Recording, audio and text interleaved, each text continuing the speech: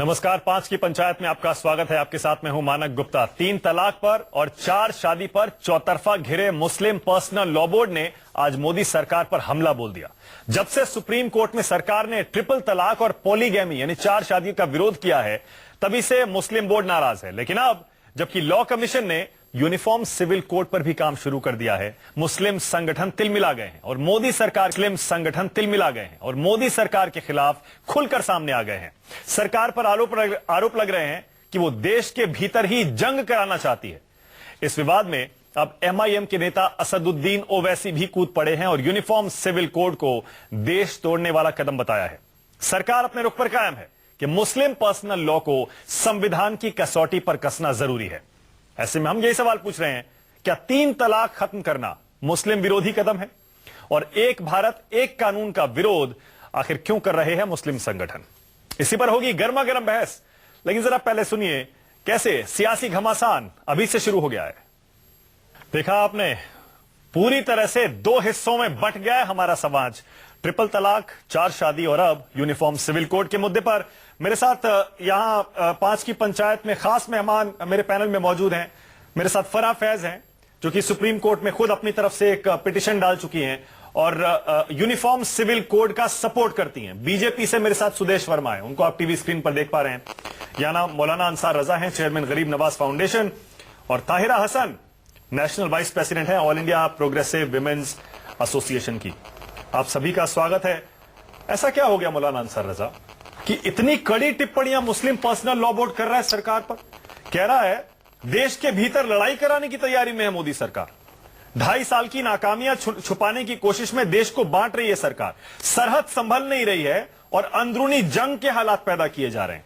पहले दुश्मनों से निपट ले और उसके बाद अंदर दुश्मन बनाने की तो सोचे भी नहीं।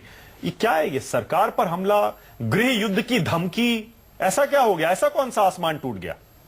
मानक जी, इसमें गलत क्या कहा है पर्सनल लॉ बोर्ड ने? क्या गलत कहा ये सही है? बिल्कुल आप सपोर्ट कर रहे हैं इसका? बिल्कुल। आप ये देखिए, सरकार देश तोड़ रही है। अरे साहब, आपको क्या जरूरत पड़ी थी? कितने मसाइल आपके सामने हैं। लोग भीख मांग रहे हैं, 50,000 लोग रोड पे भीख मांग रहे हैं। उन पर तो उनके मसले पर तो आप बात करने को तैयार नहीं है।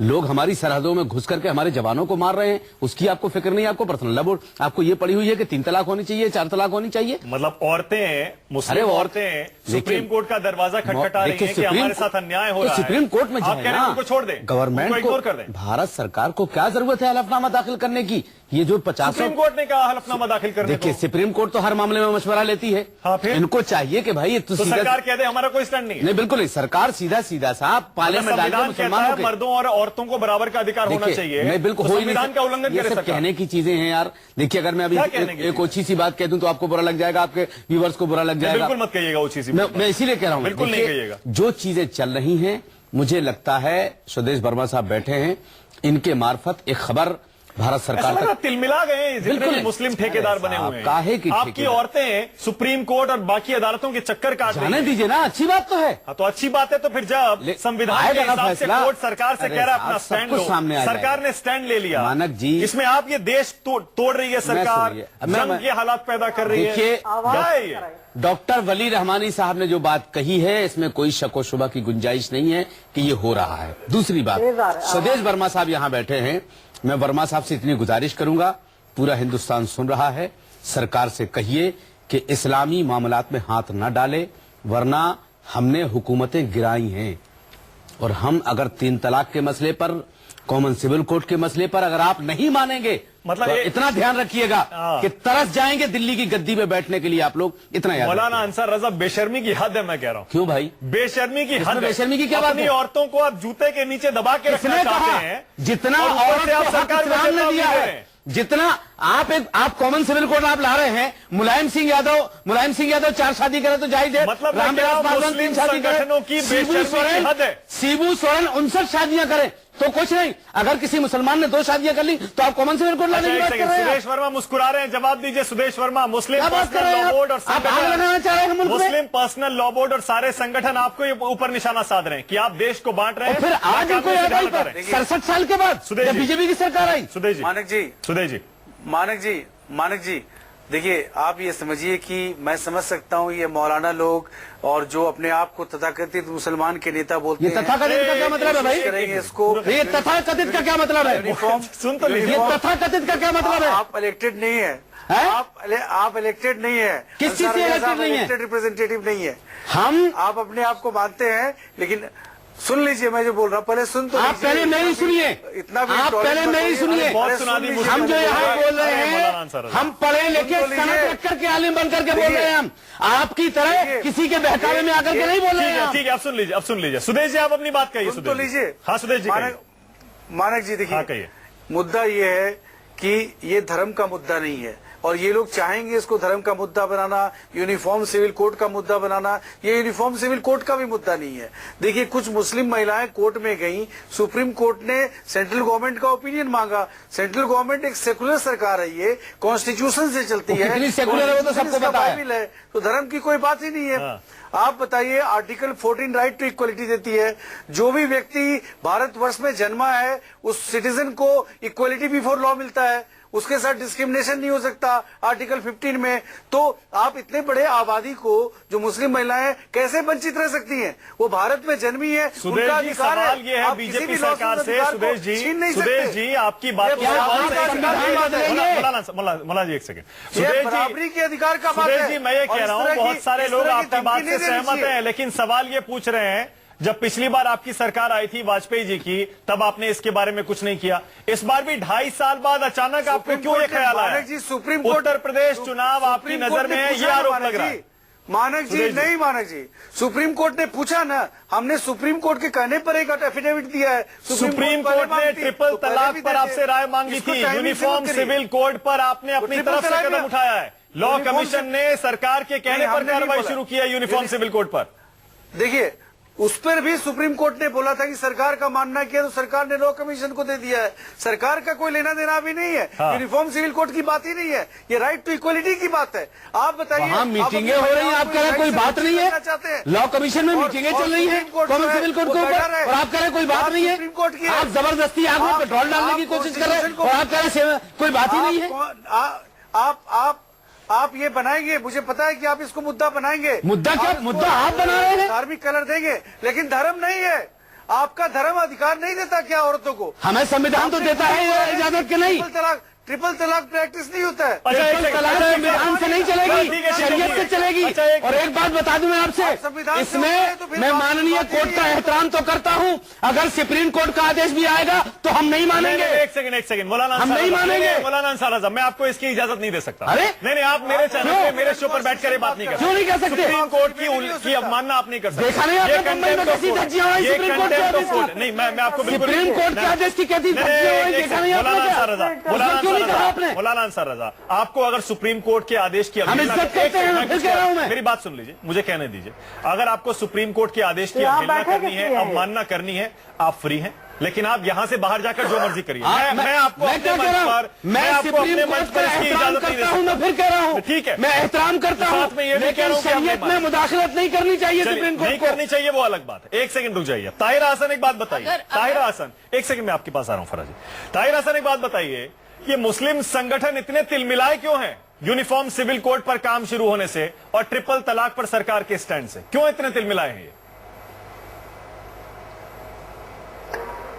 देखिए, मेरा मानना है कि कॉमन सिविल कोड की यहाँ कोई बात है ही नहीं है। वो क्या है क्या नहीं, एक झूठ मूठ डंडे की तरह डराया जाता है। वो तो जब ब्लूप्रिंट लाएंगे, हम देखेंगे, तब उस पर बात करेंगे कॉमन सिविल कोड क्या है। क्या कॉमन सिविल कोड में निकाह की जगह जयमाल कराने लगेंगे? अभी उस पर हम बात नहीं कर सकते। यहाँ बात हो रही है ट्रिपल तलाक इन वन गो की, जो कि बिल्कुल कुरान में कहीं नहीं है, सूरे एहजाब में कहीं नहीं है।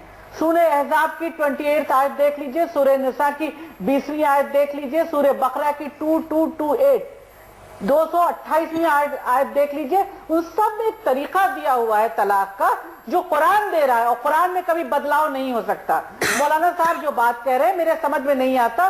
क्या हिंदुस्तान का इस्लाम अलग है? मौलाना साहब, मुझे पूरा बोल लेने दीजिएगा, उसके बाद जवाब दीजिएगा। और 22 मुस्लिम मुल्कों ने कैसे ट्रिपल तलाक इन वन गो को हटा दिया? आपको हटाने में क्या परेशानी हो रही है? आप खुद चाह रहे हैं कि दोनों तरफ से ये बातें बढ़े। आप इसमें एक नूरा कुश्ती की तरह इसको बढ़ा रहे हैं। पर्सनल लॉ बोर्ड को खुद ट्रिपल तलाक इन 1 गो को हटा देना चाहिए था, क्योंकि ये कहते हैं कि शरिया में है, और वो हजरत उमर के वक्त में आया था क्योंकि औरतों पे परेशानी होती थी। तो जनाब अब औरतें बहुत परेशान है, उनके सर पर ये तलवार की तरह लटकी हुई है, इसको हटा दीजिए, कुरान की तरीके पे ही आइए जो सही तरीका है। लेकिन इसको नहीं मानते आप, शरिया करते हैं। शरिया में कोई मुसलमान मर्द अगर रेप के केस में मुनव्विस है तो उसको संसार कर दीजिए, तब तो आप लॉ ऑफ द लैंड मांगते हैं। कोई मुसलमान चोरी करे तो हाथ काट लो, वहां पे आप लॉ ऑफ द लैंड मानते हैं। फिर आप सिर्फ औरतों के मसले में ये क्यों कर रहे हैं? आप क्यों नहीं हटा देते? 22 जो मुस्लिम मुल्क है, आप कह दीजिए कि वो इस्लामिक नहीं है, सारे इस्लाम का ठेकेदार। मैं जवाब देता हूँ आपको, काबिल आप ही लोग हैं। ठीक है, हो गया। एक सेकंड मौलाना साहब, एक सेकंड रुक जाइए। शरिया के हिसाब से आपको जवाब दे दिया ताहिरा ने। मैं चाह रहा हूँ शरीयत के हिसाब से उन्होंने जवाब नहीं दिया। हम देते हैं शरीयत के हिसाब से, जो शरीयत नहीं बता रही है, वो शरीयत नहीं बता रही है। एक सेकंड सुन लीजिए, जो वो 22 मुल्कों की बात कर रही, मानिक जी, जो वो 22 मुल्कों की बात कर रही है, हमारे हिंदुस्तान में भी एक साथ 3 तलाक देने का हुक्म नहीं है। न हमारे जो इस्लाम सऊदी अरब का है वही हिंदुस्तान का है, और हमारा हिंदुस्तान, हमारे संविधान ने हमें इजाजत दी है अपने मजहब के हिसाब से जीने का। अब देखिए, अब आप संविधान की आड़ लेते हैं तो मुझे हम पहले भी कह रहे हैं। रुक जाइए, फराजी को तो सुनिए। 3 तलाक हटाने की बात है ही नहीं एक साथ। यहाँ बात हो रही 3 तलाक इस्लाम में, तो उसको हटाने की बात कहिए ना, जो हो रही है। अरे जो चीज है नहीं वो हटाएं कैसे? एक सेकंड रुकिए ना मौलाना साहब, जरा ताहिरा जी सुनिएगा। फराजी मुझे बताइए, आपने सुप्रीम कोर्ट में पिटीशन डाला है कि यूनिफॉर्म सिविल कोड आना चाहिए। ताहिरा जी एक सेकंड, ताहिरा जी प्लीज सुनिए, ताहिरा जी थोड़ा पेशेंस, ताहिरा जी प्लीज जरा बताइए। फराजी, आपने ये पिटीशन डाला है कि यूनिफॉर्म सिविल कोड होना चाहिए। हाँ, क्यों आपने ये पिटीशन डाला? एक्चुअली यूनिफॉर्म सिविल कोड को कोई मना नहीं कर सकता। इसलिए मना नहीं कर सकता कि अगर हम कुरान शरीफ के मानने वाले हैं, अगर हम अपने आप को मुसलमान कहते हैं, और हम अपने आप को शरीयत का दावेदार कहते हैं, हम बहुत बड़े जानकार कहते हैं, तो हमें इस चीज का पता होना चाहिए कि शरीयत में जो लॉ को मानने वाली बात कही है वो यूनिफॉर्म लॉ को मानने वाली बात कही गई है। शरीयत में ये कहा गया है सबके लिए एक जैसा कानून होगा किसी कंट्री में। ये नहीं कहा गया है कि मुसलमान का कानून अलग होगा, हिंदू का कानून अलग होगा। ये और बात है कि दूसरे देशों में जहां पर ये इस्लाम का बोलबाला है या इस्लाम उनका लॉ ऑफ लैंड है, वहां पर जो माइनॉरिटी में है वो हिंदूज हैं, नॉन मुस्लिम माइनॉरिटी में आते हैं। तो क्या वो कंट्रीज उनके हिसाब से कानून चलाते हैं? क्या वो कंट्रीज उनके हिसाब से जस्टिस करती हैं? वहां के रहने वाले जो माइनॉरिटी के लोग हैं वो उस मुल्क का कानून मानते हैं। मानते हैं। ये सिर्फ और सिर्फ इंडिया में ही आपको इतनी आजादगी है कि आप इतने खुले विचार रख सकते हैं, पब्लिक में जाकर के इतनी गाली गलौज कर सकते हैं, धमकियां दे सकते हैं। पहली बात ये है कि हमें धमकी नहीं देनी है। धमकी क्यों दे रहे हैं कि हम जो है सरकारों को बदल देंगे, ये बदल देंगे? क्यों बदल देंगे और कैसे बदल देंगे? अगर आप में इतना दम था तो आप उस वक्त ये धमकी इस्तेमाल करते जब ब्रिटिशर्स ने कॉमन क्रिमिनल कोड लेकर के आए थे। उस वक्त किसी ने ये इस चीज का इस्तेमाल नहीं किया। तब तक कहां थे मौलवी मुल्ला लोग? सुप्रीम कोर्ट में पिटीशन डाला है, मैं आपसे समझना चाह रहा हूँ। हमारा संविधान तो साफ कहता है, बिल्कुल साफ कहता है कि सबके लिए एक कानून होना चाहिए। आर्टिकल 14 में राइट टू इक्वलिटी में सबको समान अधिकार मिल रहा है। तो ये कॉन्स्टिट्यूशन की बात करते हैं कि हमारा संविधान, एक हाथ में इन्होंने शरीयत उठा लिया, एक हाथ में इन्होंने कुरान उठा लिया। जो सूट करेगा उसको जो सूट करेगा उसका हाथ ऊपर कर देंगे, जो नहीं करेगा उसका हाथ नीचे कर लेंगे। अगर जहाँ जब मौलवी और मुल्लाओं की और इनकी बात होती है, पहले मुझे अपनी बात पूरी कर लेनी दीजिए, मुझे अपनी पूरी बात पूरी कर लेनी। जब आप, मैं कुछ भी इस्तेमाल कर सकती हूँ, मैं कुछ भी इस्तेमाल कर सकती हूँ। जब आप इस्तेमाल कर रहे थे, जब आप इस्तेमाल कर रहे थे, मैंने आपको इंटरवीन नहीं किया, मैंने आपको रोका नहीं। आप चुपचाप बैठे रहिए। अब आप मुझे अपनी पूरी बात कहने दीजिए। आपके दोनों हाथों में, एक में कॉन्स्टिट्यूशन है, एक में कुरान है। जब इनकी अपनी बात होती है तो ये जो है कॉन्स्टिट्यूशन की बात करते हैं और ये एकदम से सेक्युलर बन जाते हैं। इनको फैसिलिटीज चाहिए, इनको फ्लेक्सिबिलिटीज चाहिए, इनको अच्छी अच्छी पोस्ट चाहिए।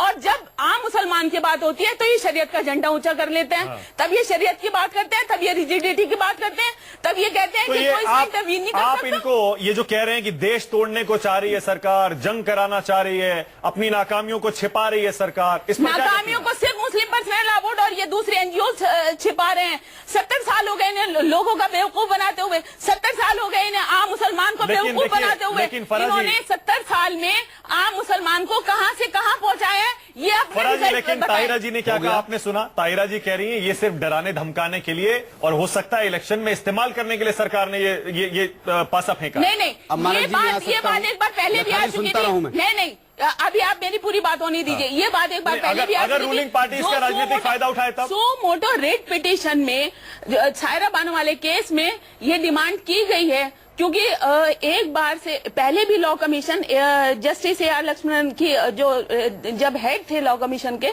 तो उनके टाइम में भी एक रिपोर्ट तैयार की गई थी, लेकिन वो गवर्नमेंट ने दबा दिया उसको। गवर्नमेंट ने उसको उजागर नहीं किया। उस टाइम कांग्रेस की गवर्नमेंट थी।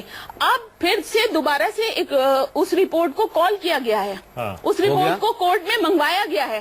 तो जब कोर्ट उस रिपोर्ट को कोर्ट ने कॉल किया है, तो कैसे उस रिपोर्ट को रोक देंगे? और सबसे अच्छी बात यह है कि लॉ कमीशन ने आपसे पर्सनल राय मांगी, तो आप राय दीजिए। क्यों चिल्ला रहे? ये जो कॉमन सिविल कोड आएगा, ये सिर्फ मुसलमान के लिए नहीं आएगा। ये कॉमन सिविल कोड जो है मुसलमान के लिए भी होगा, ये सिखों के लिए भी होगा, ये पारसियों के लिए भी होगा, ये जैन के लिए भी होगा। ये अब सब हो गया मैडम आपका? सबसे पहले मुद्दाओं को क्या जल्दी थी? 2 मिनट बचे हैं। देखिए, आप बदतमीजी वाले जुमले बोल रही हैं। क्यों जल्दी थी उनको? आप बदतमीजी ये सबसे वाले- पहले इन्होंने आप प्रेस खातून हैं, हम कॉन्फ्रेंस आपकी इज्जत किया। कर रहे हैं। बाकी सारे आप खातून हैं, हम आपकी इज्जत कर रहे हैं। ठीक है, आप मुल्ला आप यहाँ बैठ करके मत कीजिए। हम इज्जत कर रहे हैं आपकी। आप खातून हैं। हम आपकी इज्जत कर रहे हैं। हम क्या कर रहे हैं आपसे? हम आपकी इज्जत तो कर आप रहे क्या हैं, हैं? तो उसको मौलवी बरकरार नहीं हैं। रखिए। आप कह दीजिए हम आप मौलवी मौलवी नहीं का हैं। जुमला इस्तेमाल कर सकती है, मुल्ला का जुमला इस्तेमाल नहीं कर सकती। वो मेरे- सुनिए, मौलाना नहीं, साहब वो इसी में कुछ टाइम नहीं। निकल जाएगा। आप मुद्दे सुनिए, पे आइए ना। अब जहां तक सवाल है, देखिए इन्होंने कहा कॉमन सिविल कोड।